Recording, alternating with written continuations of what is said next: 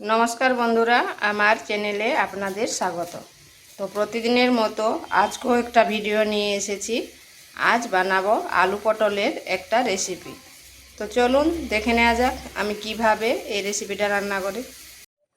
এখানে নিয়েছি পটলগুলোকে এইভাবে ছুলে করে 4 ভাগ করে নিয়েছি। আর নিয়েছি আলুটাকেও লম্বা লম্বা করে কেটে নিয়েছি। কেটে করে এগুলোকে ধুয়ে নিয়েছি। কড়াইতে দিয়ে দিচ্ছি তেল।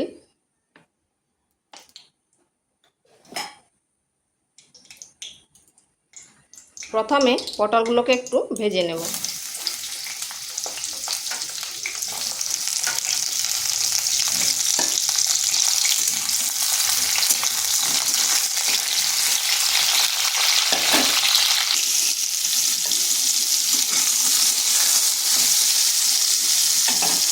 পটলটাতে কিন্তু আমি নুন দিইনি, এখন দিচ্ছি।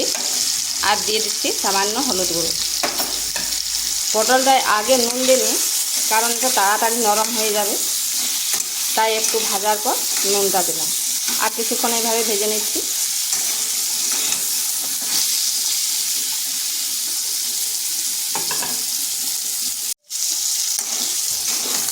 পটলটা ভাজা হয়ে গেছে, এগুলোকে তুলে নিচ্ছি। ওই তেলের মধ্যে দিয়ে দিচ্ছি আলুগুলো।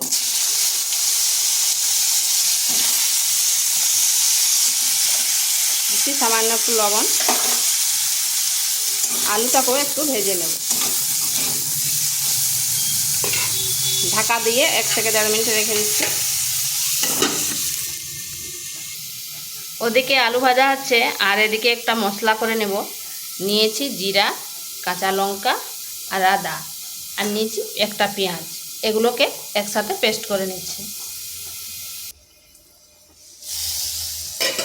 মাঝখানে একবার ঢাকাটা তুলে করে নেড়ে দিয়েছিলাম, তো এটাও ভাজা হয়ে গেছে, তুলে নিচ্ছি। কড়াইতে আবার 2 চামচ তেল দিচ্ছি।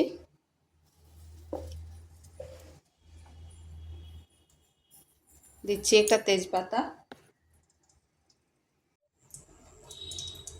দিয়ে দিচ্ছি 5 ফোড়ন, 2 এলাচ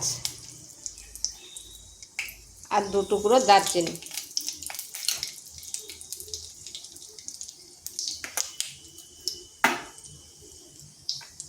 দিচ্ছি পেঁয়াজ বাটা,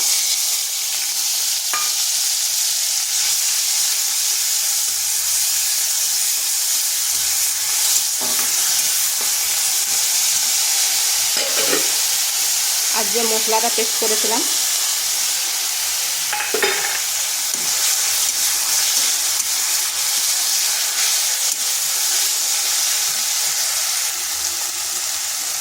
হলুদ গুঁড়ো,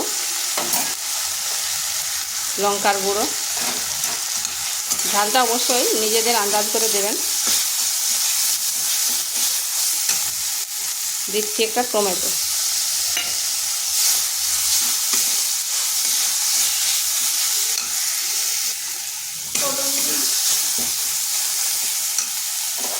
পরিমাণ মতো লবণ আর সামান্য একটু জল, যাতে মশলাটা না পুড়ে যায়। আর মশলাটা ভালো করে কষে নিচ্ছি।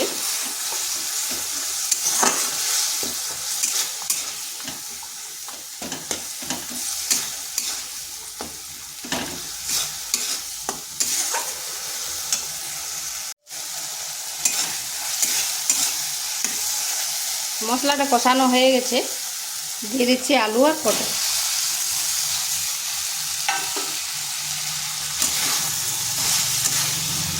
এটাকেও মশলার সাথে ভালো করে মিশিয়ে নিচ্ছি।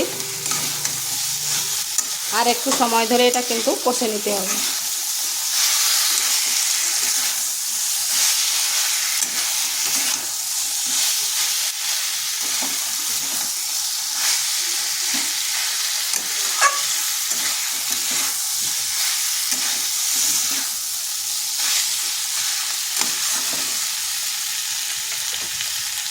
কষানো হয়ে গেছে, এরপর দিয়ে দিচ্ছি জল।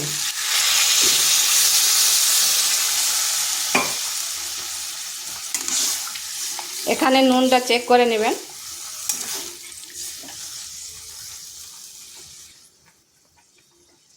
ঢাকা দিয়ে আবার 3 থেকে 4 মিনিট রেখে দিচ্ছি।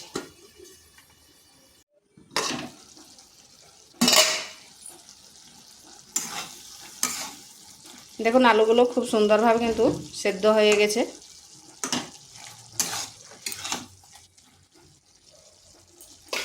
এখানে দিয়ে দিচ্ছি ভাজা মশলা। এইভাবে একবার আলু পটলের রান্না করে দেখতে পারেন। ভাত, রুটি, পরোটা বলুন, খেতে দুর্দান্ত হয়। আর ভিডিওটা ভালো লাগলে লাইক, শেয়ার, কমেন্ট অবশ্যই করবেন। আর নিত্য নতুন রেসিপি পাওয়ার জন্য চ্যানেলটিকে সাবস্ক্রাইব করুন। তো এটা হয়ে গেছে, এরপর নামিয়ে নিচ্ছি।